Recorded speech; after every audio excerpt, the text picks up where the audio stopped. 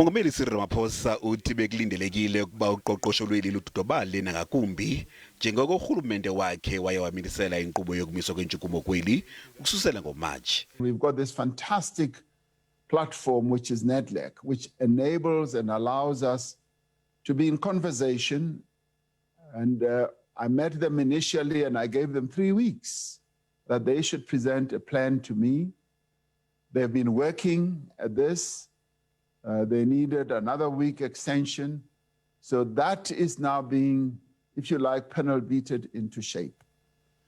There is broad agreement on the key elements of the plan, including the key priorities, clearly delineated objectives, the key priorities that we need to focus on to give effect to recovery.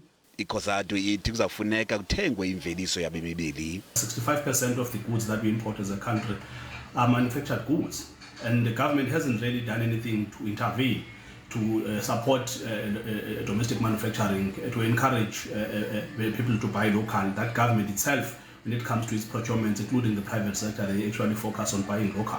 Those are the kinds of interventions that we need. Solidarity ithi ukuba ungaphela ucimicimi wombane kungaba likhubale ekuvuselelweni koqoqosho lweli kwakunye nokudalwa kwamathuba emisebenzi.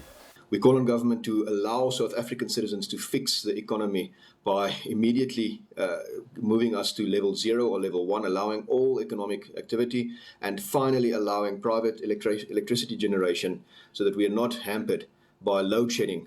uMongameli Ramaphosa udibana neFedusa neyinxalenye yeNEDLAC nalapho zakushukuxwa isicwangciso sokuvuselelwa koqoqosho lweli.